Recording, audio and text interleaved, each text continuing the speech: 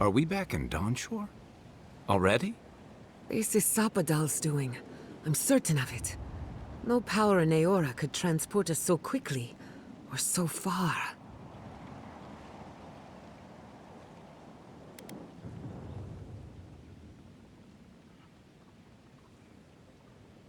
We'll have time for that later.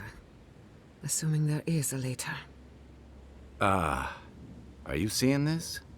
I don't think parodies look like this when we left it. Looks like the war already started, and the giant roots are winning. Marius, vines don't usually get that big this quickly, do they? Based on their growth and size, I'd say we've been gone 2 or 3 weeks. Welcome to the Living Lands. Who knows if the garden affected time, or merely our perception of time? Assuming there's even a difference. It's like how a body fights an infection. The fever gives you strange dreams that feel like an eternity. Look at this place. It feels like we're still in the dream. And not just us. Those are more your people's ships in the harbor, and steel Garrote banners past the barricades. That can't be good. Even Reingrim is here. Perhaps we'll get to see an Archmage in action. I think I see Elia as well. What a strange reunion this will be. The Blessed Wardens are here too. That conflict we've been trying so hard to prevent started without us.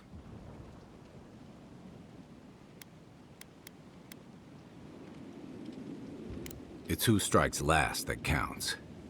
The Steel Garrote have been itching for a fight this whole time. This would have happened with or without us. Before we go, what happened back there with the Dream Scourge and Sapadal? I'm not sure. That's good, right? It's a relief that the Dream Scourge won't be a problem. I only hope we can say the same about Sapadal. Time will tell, I suppose. After all this time, they're free. And the Living Lands is free to heal. We've cured the land, and we've even freed a caged god. All in all, rather a successful day.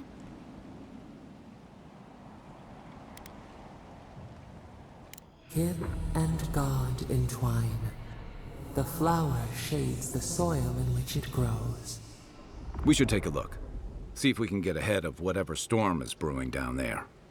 People seem to be gathering west of here. Whatever's happening, let's be a part of it.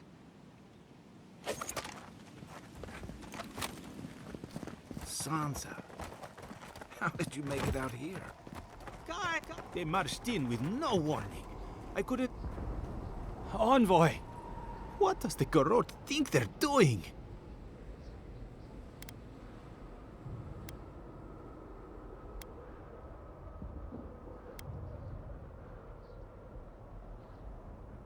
It's an outrage. What did the artisans or merchants do to them?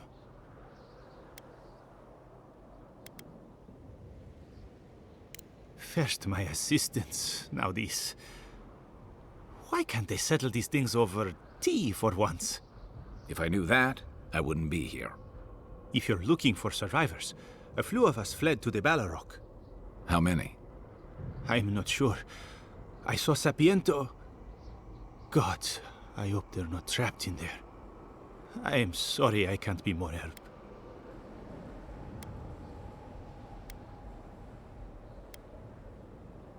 You always were a forgiving friend. We should move. Let's hope the Garrote hasn't made it to the Balrog yet. Envoy, wait! Before you go, I may have something for you. I took some supplies when I ran. If you think they'll help, they're yours. I'll even give you a discount. You know, for saving the city and everything.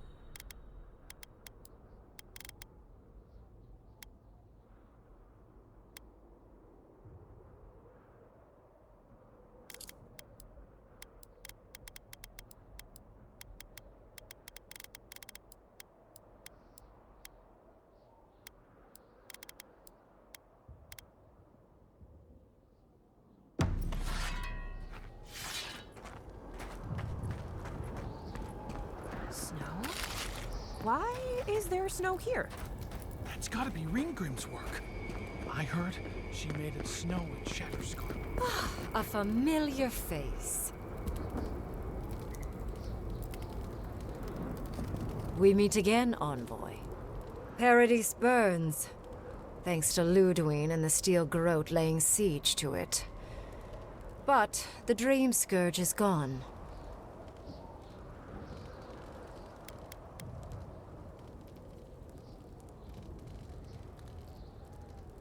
It's more that I am here to observe the consequences of mortal desperation. It's become a hobby, really. It's remarkable how hard you mortals fight for causes that'll be forgotten within centuries. Still, I do think the world has been irrevocably, if minimally, changed by your actions.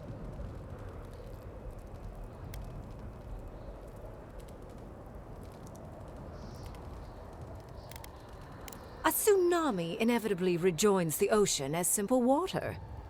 The analogy only really works if you're mortal, and I'm not.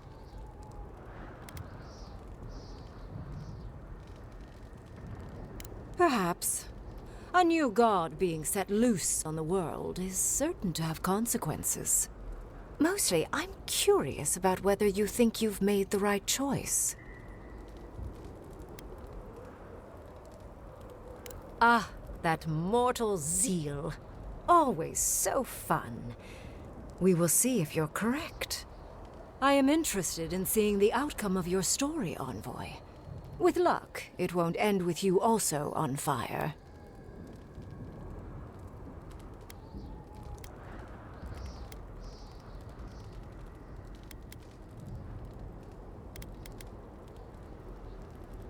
I prefer ice, personally. But to each their own. Goodbye, Envoy. And Yardsley, I do look forward to when all of this is done. I am eager to work with you. Oh, yes. We'll, discuss that later.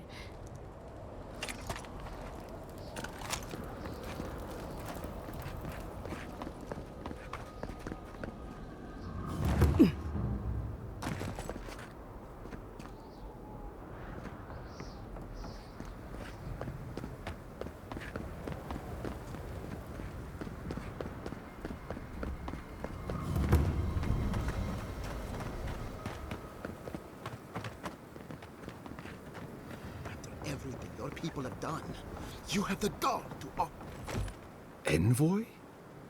Is it really you? Mihala told us you went into some place called the Garden to seek a god? When you didn't return, we took you for dead. Did you meet your god there? The one whose marks you bear? It's too preposterous to believe. How could a plague be ended by speaking with a god? Everyone, please, please. We could get to the bottom of this if you would only let them speak. It's been weeks, Envoy. What happened?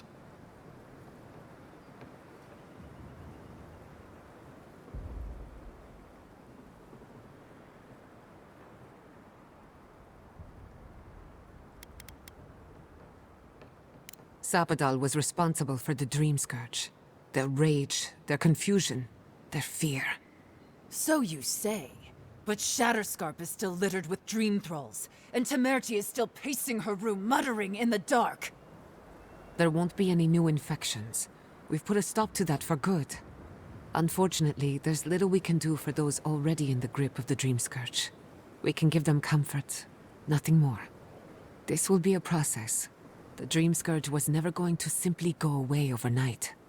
I suppose it stands to reason. I found that a quick fix is often anything but. What of this god, then? What does it mean that you freed them?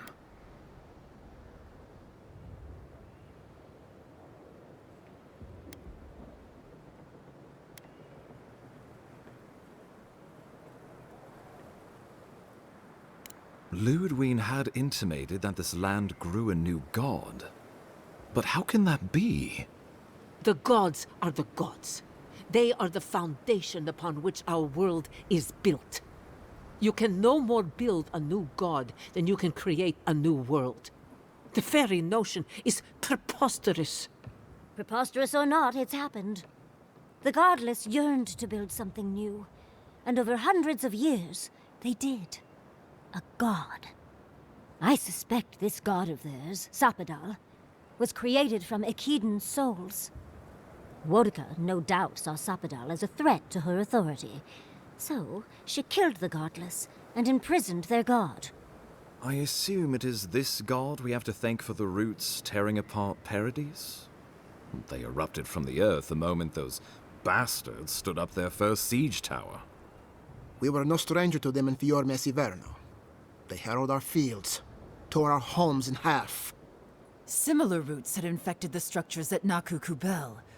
If they and the Dream Scourge were really the work of a god, and the gods thought it best to imprison this god, how could you let such a creature go free?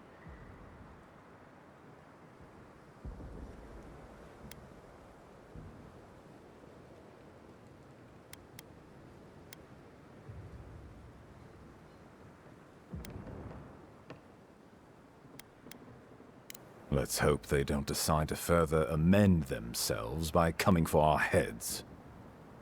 First he still Garot, now a rogue god.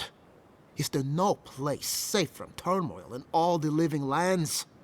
Having Sapadal at our beck and call might be to our advantage. I'd like to see Rawatai try to stand toe-to-toe against a god. Keeping watch over Sapadal was a sacred task Nanru gave us when he left. For that reason alone, my wardens owe them their allegiance. Well, whatever happens, I suppose we can't put the godling back in the bottle now. But come, we have more pressing matters to attend to. The Steel Garrote have attacked Paradise. Inquisitor Ludwine has already joined the battle. She must have traveled like the wind to get here so fast.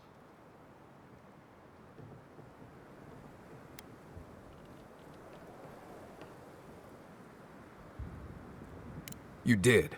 I kicked her corpse when you weren't looking, just to be sure. Well, she's seen better days, but you wouldn't know it judging by how she fights. Ludwine's run through the militia like a whirlwind. All right, let's keep the similes to ourselves.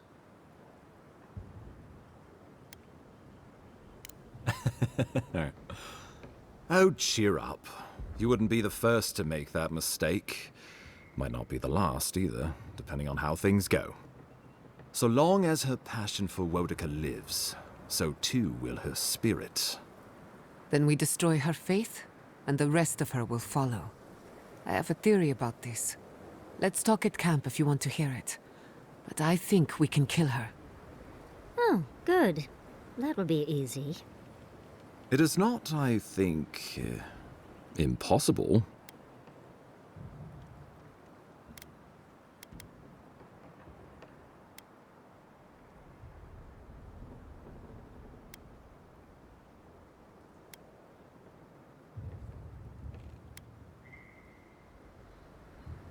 I couldn't agree more. Ludwine has sent a message to the Emperor informing him of her attack. He will send advisors and reinforcements swiftly in response.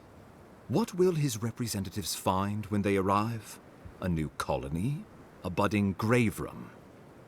Before you face Ludwine, you should know what you're fighting for. All of you must decide, together. But whatever you decide, understand, the days of the frontier are done. Adir will come.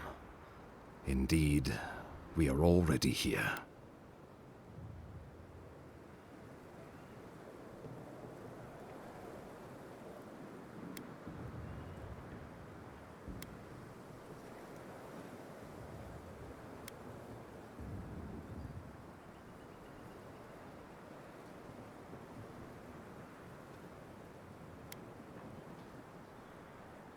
Oh, Envoy, no. Do not suggest that lightly. Think of the Emperor. There would be reprisals. Ones which this conclave could not survive, fractured as you are. Not unless you came together and formed a nation of your own. It would be difficult. No, impossible. I'm certain you would fail. Think of your people, all of you. Think of the lives at stake.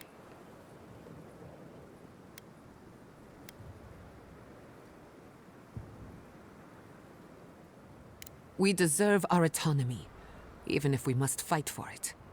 Anything less would be surrender. Fleeing someone else's laws and authority is one thing, setting up your own is another. We're an island of misfits and dissidents. We'll still have to surrender some of our autonomy, and we won't agree on what that means overnight. We'll be vulnerable. Without allies, other powers will see us as ripe for the picking. Know that this is a hard road to walk. We were fine before Aedir came. We'll be fine when they're gone. I think we ran things perfectly fine before your kin got here. Risk into bounty. Does the winter frost dissuade the seeds? Many fruits on our boughs. We graft many leaves into strength.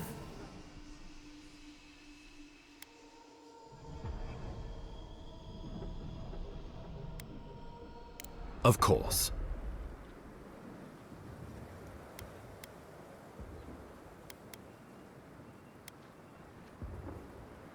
The Living Lands would become an extension of the Aediran Empire in leadership and law. Soldiers bearing the flag of Aedir would be garrisoned in every town. They would be paid in Aediran shelling and speak only the Aediran language. Their roads would be smooth Aediran roads. Their medicine would be hygienic Aediran medicine, and their weapons would be efficient Aediran weapons. Our customs would become their customs. Our strengths would become their strengths. Our emperor would become their emperor. Turned toward a common purpose. No one, not Rauatai, not the Vailian republics, not even a rogue god, would dare attack the Living Lands. This island would be safe for the first time in its history, and safe it would remain.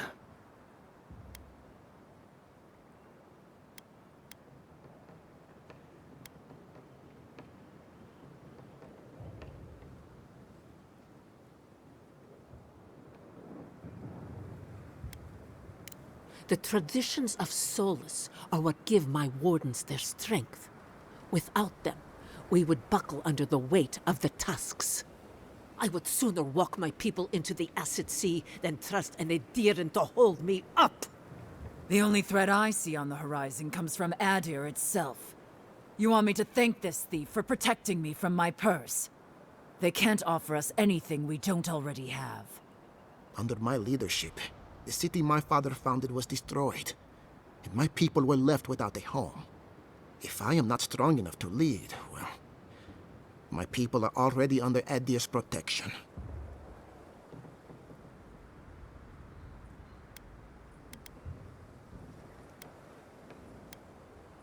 He would suppress our culture before it's had a chance to grow. Everything my people cultivated would be reduced to a footnote. If you have any love for this land, do not allow him to overwrite our history. Rauatai built its empire from colonies like this. Many have become centers of culture and prosperity, backed by the protection of a strong navy. Of course, it can take decades to get there. And this road isn't an easy one. But Aedir won't be the only empire eyeing this place. A formal agreement now could protect us from something worse later. It shall be peaceful in that all dissenters will be silenced. So there's that. The Living Lands is a lot of things, but it will never be Aedir, no matter how hard Aedir wants it to be. Aedir should turn back now and save everyone a bunch of blessed trouble. The Adder's promise. Clip our feathers as we find our wings. The deed binds as the wire binds. To drown us, why were we set free? Of course. The Living Lands would retain its own laws under a grave appointed by the Emperor. The Grave would be expected to promote and develop the living lands to our mutual benefit. They would divide the island into administrative districts and see them governed by mayors appointed from the local communities. The island would provide tribute in the form of resources and taxes, and in times of war, soldiers. The Empire, I should note, is nearly always at war. In return, the living lands would enter Adir's sphere of influence, and should outside nations attempt to invade, we would come to the Grave Room's aid.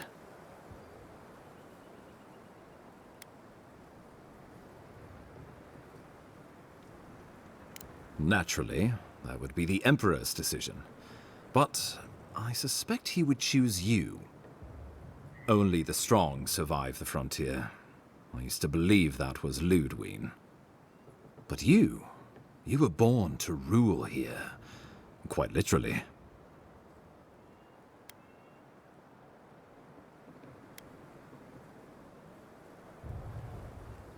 Well, give the matter some thought.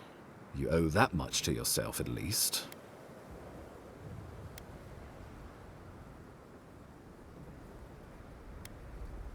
We give up our fighters and the wealth of our lands, and get promises in return. Can you wield a promise, envoy? Can you drink it like clean water? Can you see it when you open both eyes wide? A grave room wouldn't be my first choice, but we're going to need a hand with all the dream thralls left in Shatterscarp. So if the Emperor's willing to pitch in, then I guess so am I. If a grave room will put an end to the fighting and allow my people to remain safely in Paradise, I suppose this is an arrangement I could accept. Tribute, he says. Taxes. Soldiers. The Empire has tried it all before. Look to the Eastern Reach if you don't believe me. They want to bleed us dry, to fill their coffers and fight their wars, to break us like wild animals. But I will not bend. It's still a gamble, but I think it's the safest bet. We'd get the benefits of Imperial trade and protection without losing all of what makes this place special. There's no way of knowing what it would mean in another generation or two. But right now, it gives us the security and stability to recover. We were fine before Adir showed up, and we'll be fine when they're gone. Trust the lands and her people, envoy. If we give Adir power over us, we can't be surprised if they decide to flex it later. Subtle, pernicious, cut the rot, yet the disease remains. Safety among spiders. A web gleaming with dew. They weave, they wait. Well, let's not twiddle our thumbs while Paradise burns.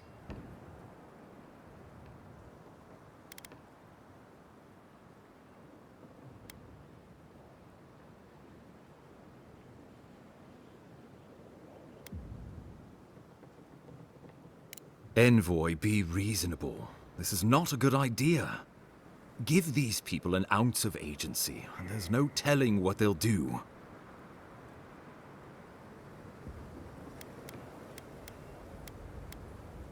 Wodika, have mercy on my soul. Well, what will the illustrious leaders of the living lands decide? So this is what I want.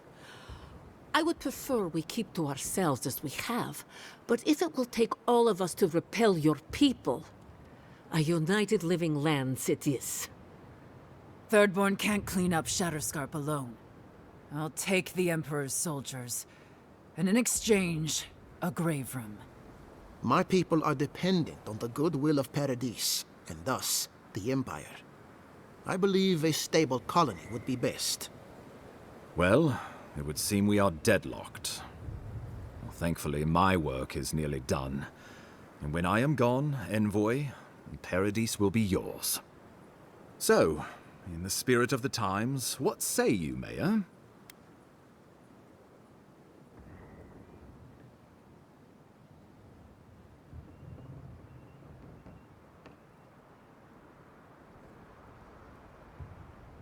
Look at how we've come together to stand against tyranny. We deserve our freedom. Don't make this fight be for nothing. But don't risk our survival on an idea, either. Between the Dream Scourge, the siege of Paradise, and destruction we've seen on the way, we're gonna need time to rebuild. And we'll need more than principles to do it. If Aedir can give us the support and protection we need, I say we take it. I'm for a grave room. It was our home before any of this started, so maybe send Aedir home and let us live here in peace. Darling, after all we've seen your homeland do on our journey, I think it's time to send them home and leave the lands be. No surprises there.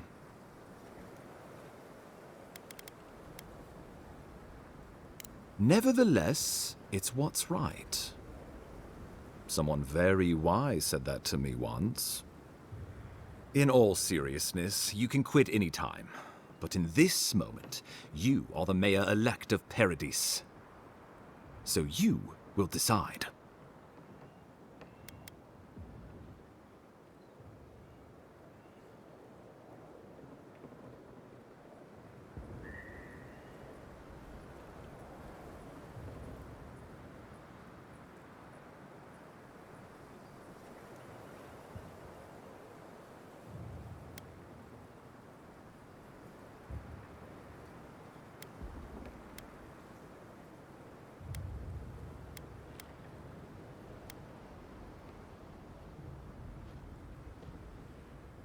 A united living lands it is, then.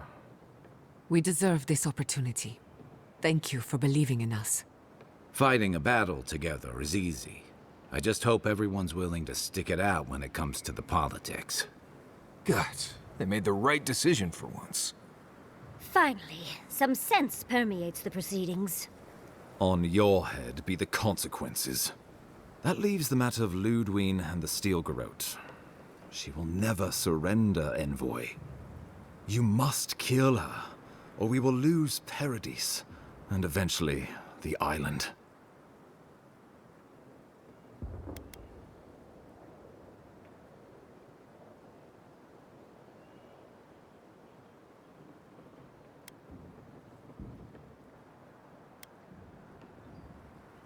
The living lands will never be free until we break the chain around our necks. Ludwine must die her final death. She better say her goodbyes while she can. I'm proud to fight at your side, Envoy. One last time. Let's get to work then. We've got a walking corpse to bury. The Paradise militia will be at your back. Give her no quarter. The future waits for you. Show them that the living lands will not be broken across Vodka's knee. Gather your forces and secure the eastern gate. From there, take back the main plaza. I have faith in you. Gods be with you, Envoy. Let's take back the city together. Show the Stilgarrote how the living lands takes care of its own. Time to stop the Stilgarrote. Lead the way, Envoy.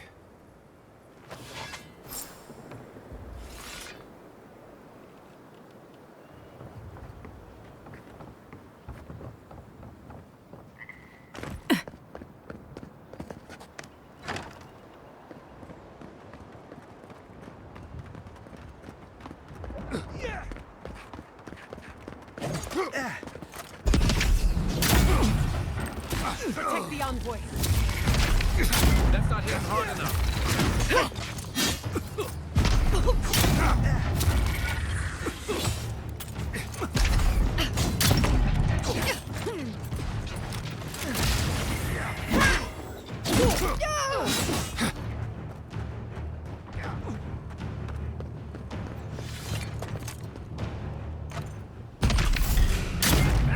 You're gonna regret this!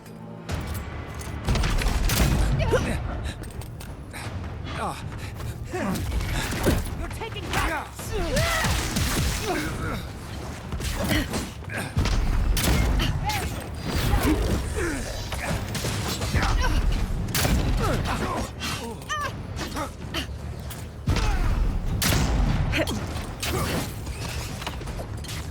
Faster, I said!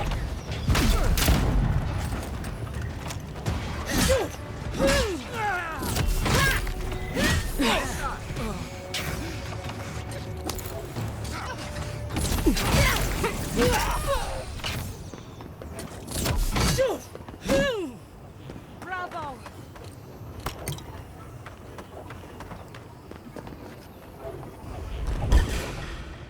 Kai, You shouldn't be here.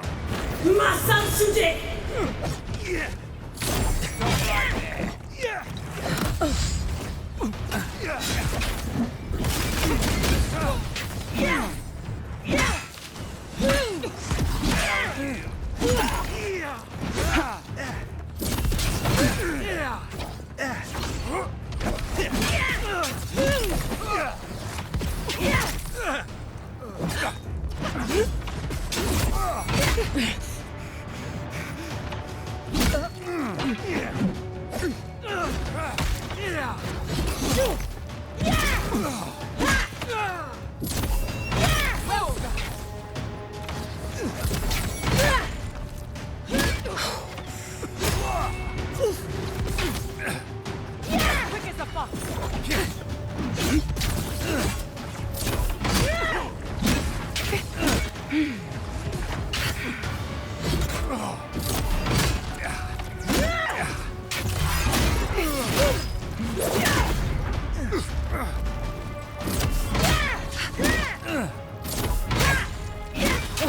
You're not looking so good. I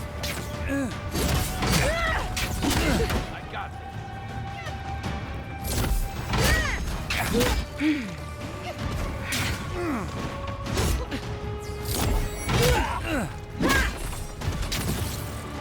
Gather round!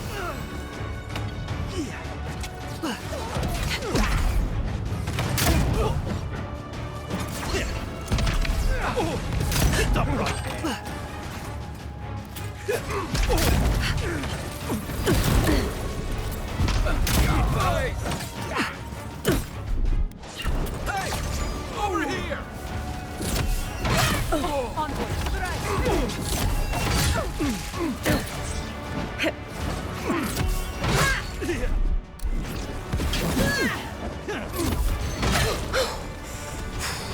Don't you die on me!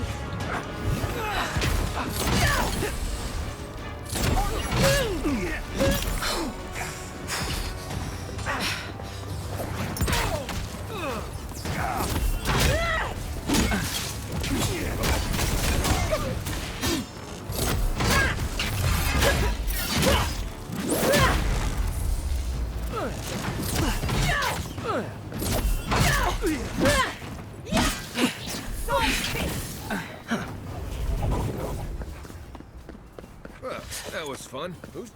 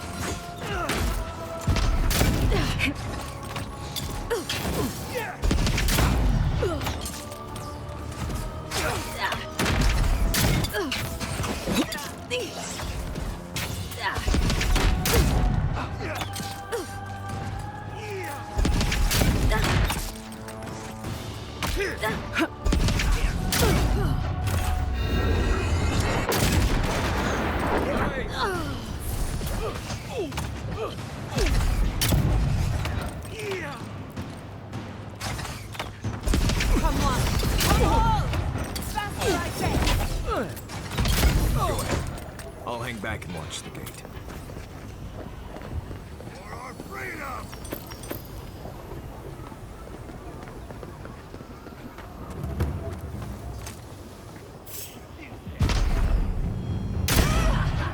Get them!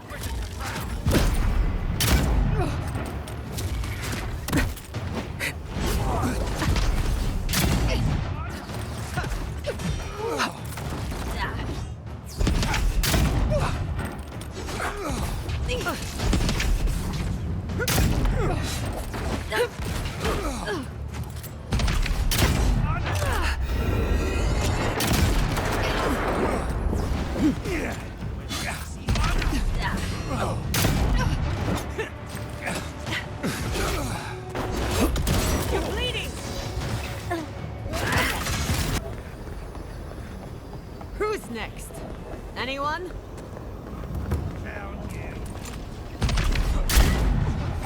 Onward.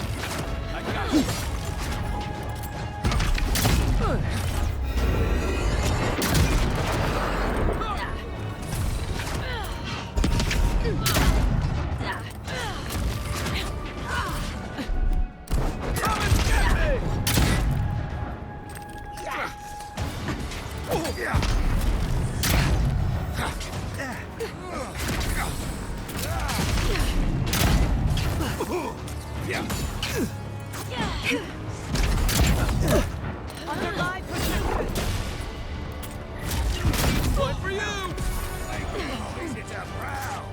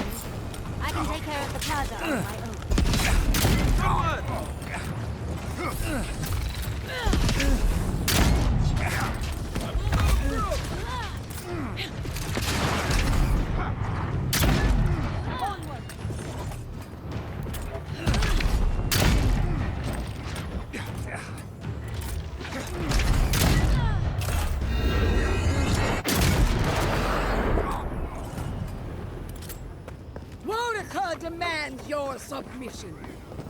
Stand against her.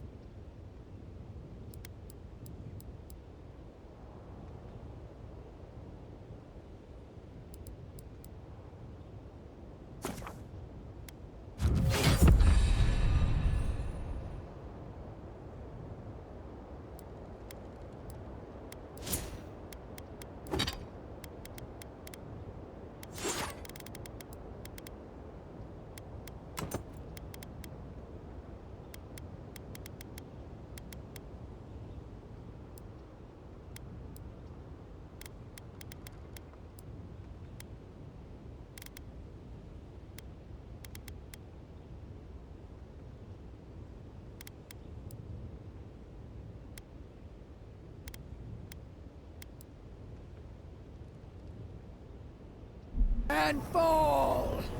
That's the lane ahead. Lead on. I'm with you to the end.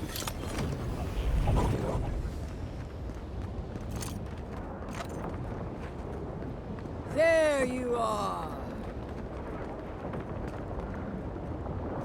So, you survived the garden. Did you come all this way just to try your luck again? To kill me more efficiently than last time?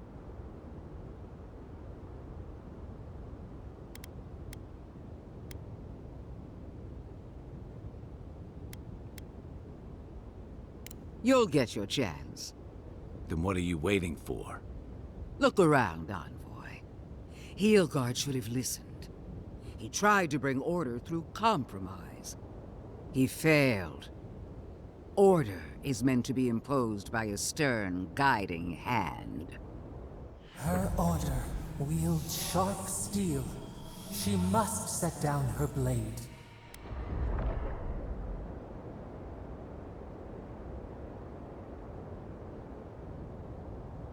You can tell Wodaka yourself once we've sent you back to the wheel.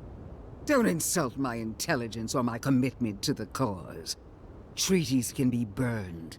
The hands which shook over whatever deal you struck can be lopped off at the wrist.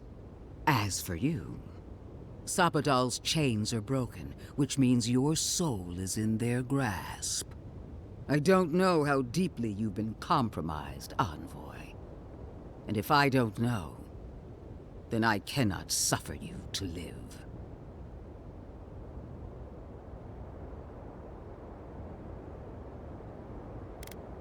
Do not patronize me. I have every right to put down a threat to the Empire. Steel yourself, Envoy. Make this a fight to remember, even in death. We would not welcome her death. There is still ample shade for her beneath our tree.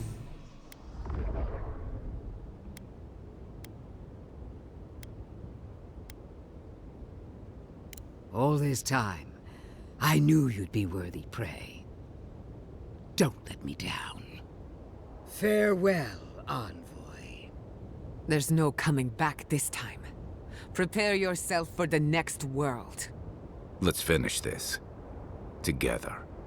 Once I'm done killing you, your god of play.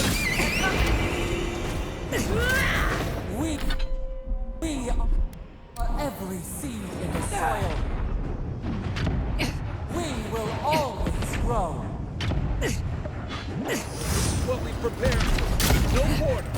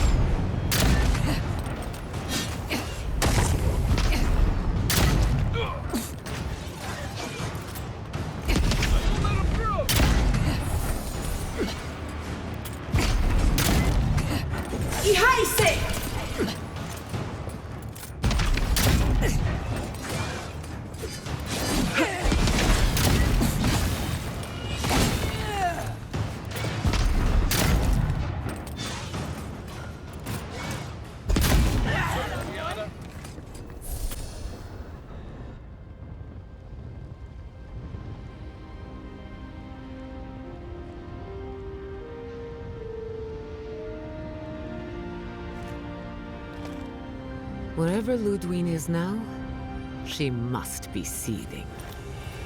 Of course, we'd be happy to kill her again, if needed. She's done for, but we're not. Whatever's next, we'll face it. Together. Guys, you're all gonna make me sick. But carry on. Unraveled at last. We no longer feel her wire against our flesh. We are free always. We are free forever. Silence falls over Paradise, as though the city is holding its breath. Then you hear it, the ringing of a distant bell, the waving of banners, and cheers of victory. After a short and bloody conflict, the dust has finally begun to settle. You feel Sapadal close to your thoughts, stirring with interest. The god of the living lands is observing this moment, unfettered by confusion or fear. For the first time in centuries, they understand. The Paradise militia rallies to you, the outsider who defended them in their hour of need. Whatever happens next, you have won their confidence. You take a moment to reflect on the calm. Not so long ago, you arrived at these shores on a simple errand, which turned out to be anything but simple. The Dream Scourge is over, and the island has been cleansed of plague. A time of healing and mourning follows. People look to you for answers about the source of the affliction. You tell them the truth, how the plague came from a power beyond mortal understanding, and how it is finally at peace. Thanks to you, the Living Lands has escaped Aediran oppression.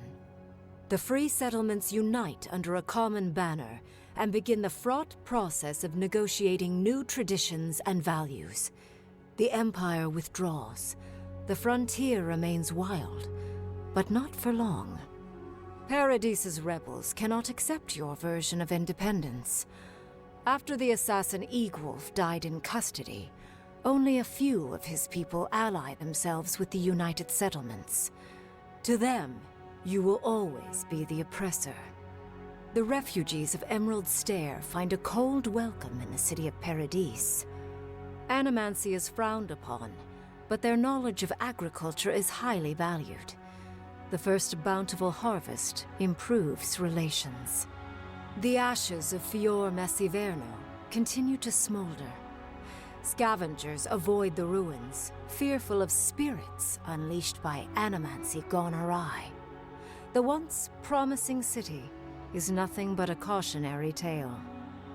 Though free, Shatterscarp is still haunted by the surviving dream thralls after the destruction of Naku Kubel.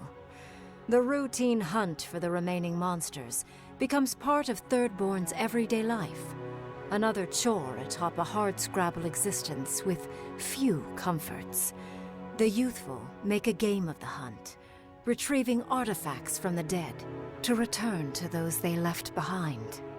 Solace Keep clings to its long-held isolation at first, but after mourning her friend Kostya, Mihala reluctantly deigns to open the doors of the fortress.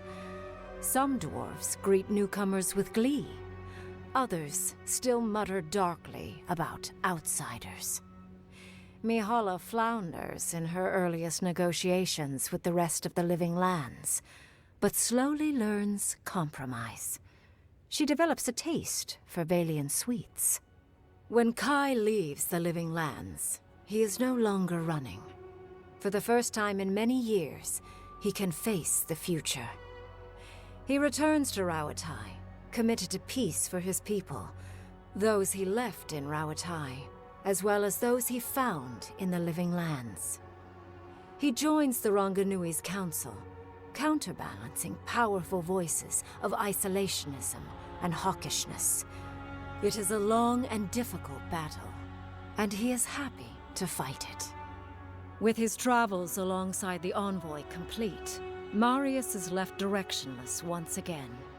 Rather than disappearing into his cups, however, Marius leans on his time among his companions to give him the strength to re-enter society and find comfort in civilization.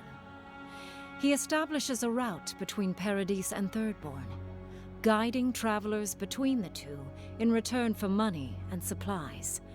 And while he has a reputation for being aloof, he joins the campfires from time to time, sharing stories of his time with the envoy that most travelers believe are completely made up. Giada learned much in your time together. How to stand up to authority, how to face the unknown, and how to move on from the past. But her family's unfinished work weighs heavily on her soul. Her inheritance is the burden of achieving the impossible. Such is the life of an animancer. At least now she has the right tools for the job, and new friends to help her through hard times. No longer under the threat of imminent death, Yatsley returns to the Animancers. Reunited with her beloved Quilici, she helps him and the Animancers as they put their lives together after the attack on Fior Messiverno. Eventually, she even has something nice to say to Vidaro. As the days pass in contentment and relative peace, Yatsley is struck by the persistent feeling that something is missing. Though she still devotes herself to her studies of both the arcane and the godless, the restlessness never goes away.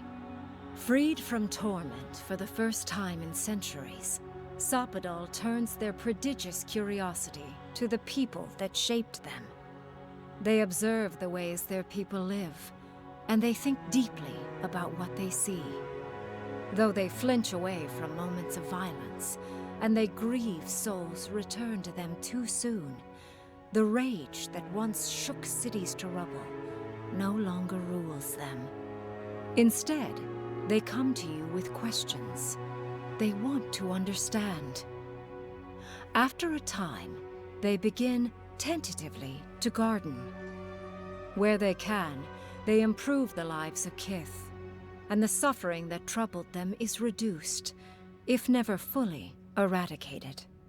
Their grief compels them to love, and they love unreservedly, with the power of a god. Sapadal has questions about what happens tomorrow, and the day after. You do your best to keep them calm, until the voice in your head is little more than a polite whisper. After everything you've been through, you don't mind the company. The sounds of celebration pull you out of reverie. Many are waiting to greet you with open arms. You take a moment to catch your breath and savor it, because everything is about to change.